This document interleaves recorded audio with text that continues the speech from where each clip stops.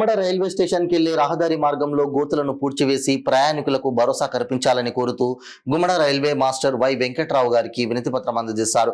Railway master కు వినతి పత్రం ఇచ్చిన అనంతరం సిఐటియు నాయకులు కొల్లి సాంబమూర్తి రైల్వే స్టేషన్ బయట మరియు గోతులుగా మారిన రహదారిని పరిశీలించి అక్కడి నుంచి మాట్లాడుతూ పార్వతీపురం మన్యం జిల్లా కొమరాడ మండలానికి సంబంధించి 31 పంచాయతీలకు సంబంధించిన గ్రామాల రైల్వే ప్రయాణికులకు ఎంతో ఉపయోగకరమైన రాయగడ వెళ్లే అంతర్రాష్ట్ర రహదారి నుండి గమడ రైల్వే స్టేషన్ కు వెళ్లే కిలోమీటర్ రహదారి మార్గంలో 3 రైల్వే లైన్లు పనుల నిమిత్తం పెద్ద వాహనాలతో ఈ మార్గంలో రైల్వే స్టేషన్ కు సామాగ్రి తీసుకెళ్లడంతో ఈ రహదారి మార్గంలో పెద్ద గోతులు ఏర్పడడం వల్ల నిత్యం రైల్వే ప్రయాణికులు ఆ గోతుల్లో పడి చాలా ఇబ్బందులు గురవుతున్నారన్నారు.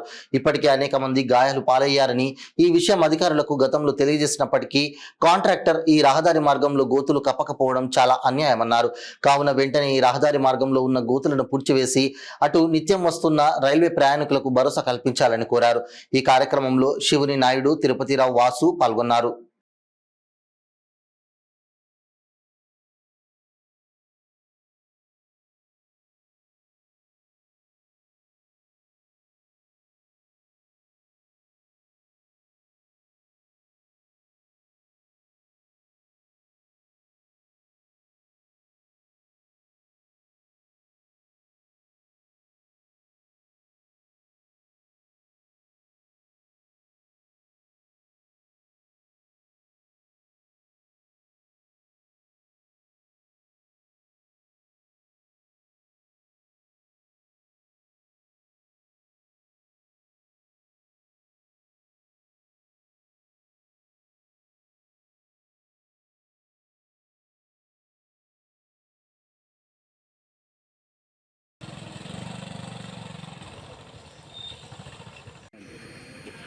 పార్వతీపురం మన్యం జిల్లా గుమ్మడ రైల్వే స్టేషన్లో ఈరోజు అంతర్రాష్ట్ర రహదారి నుండి గుమ్మడ రైల్వే స్టేషన్ కిలోమీటర్ దూరం ఉంది.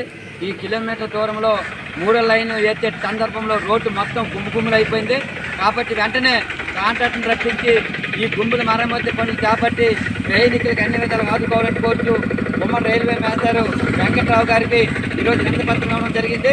ఎందుకంటే రాత్రి 8 దాటి గోతుల్లో నిలిచి అనేక మంది ఇప్పటికే పడిపోయారు. చాలా ఇబ్బంది పడే పరిస్థితి ఉంది. 3వ లైన్ వేసిన తర్వాత బాగు చేస్తాం, రోడ్డు వేస్తామని చెప్పి కనిపించకుండా కాంట్రాక్ట్ వెళ్ళిపోయారు. వెంటనే కాంట్రాక్ట్ రప్పించాలి.